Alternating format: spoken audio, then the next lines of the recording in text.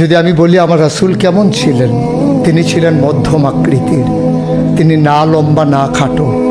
তিনি কখনো বা যখন হাজারো মানুষের সামনে দাঁড়াতেন, বিদায় হজের সময়ে 1,40,000 সাহাবা যখন ময়দানে, তিনি যখন আস্তে করে উঠে দাঁড়ালেন, ওনার চাইতে অনেক লম্বা লম্বা মানুষ থাকার পরেও অবাক বিস্ময়ে সবাই তাকিয়ে দেখলো সবার উপর দিয়ে যে মানুষটির মাথা মুবারক দেখা যায়, তিনি নবী মুহাম্মদুর রাসূলুল্লাহ সাল্লাল্লাহু আলাইহি ওয়াসাল্লাম।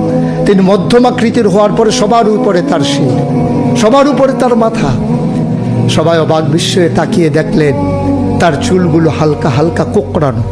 তিনি কখনো বা যখন চুলের ভিতরে তৈল দিয়ে আছড়াতেন, অবাক বিস্ময়ে মানুষ তাকিয়ে দেখতেন, মনে হতো চুলের মাঝে যেন মৃদুমন্দ ঢেউ দেখা যায়।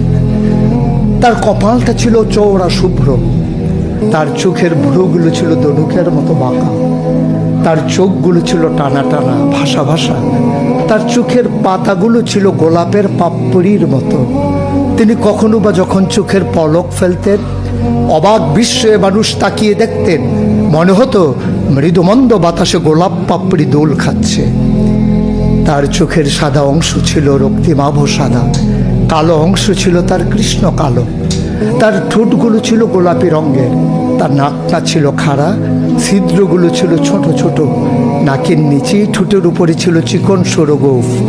তিনি কখনো বা যখন মুচকি হাসতেন, তার গোলাপি রঙের ঠোঁট দুটো যখন একটু ফাঁক হয়ে যেত আর দাঁতগুলো যখন বের হয়ে যেত, মানুষ অবাক বিস্ময়ে খুঁজত কোথাও যেন বিজলি চমকিয়েছে।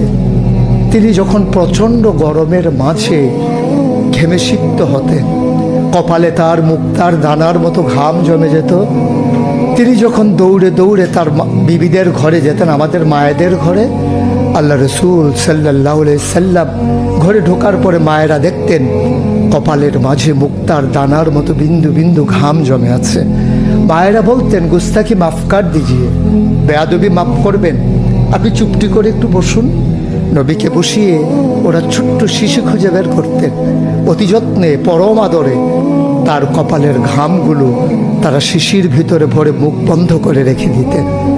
ঈদ যখন আসতো, বিয়ে যখন হতো, জমানো ঘাম তারা আতর হিসেবে ব্যবহার করতেন। এ নবী তো সে নবী, হেঁটে গেছেন 1 মাস আগে রাত পথ ধরে, যাওয়ার পরে তিনি তো চলেই গেছেন।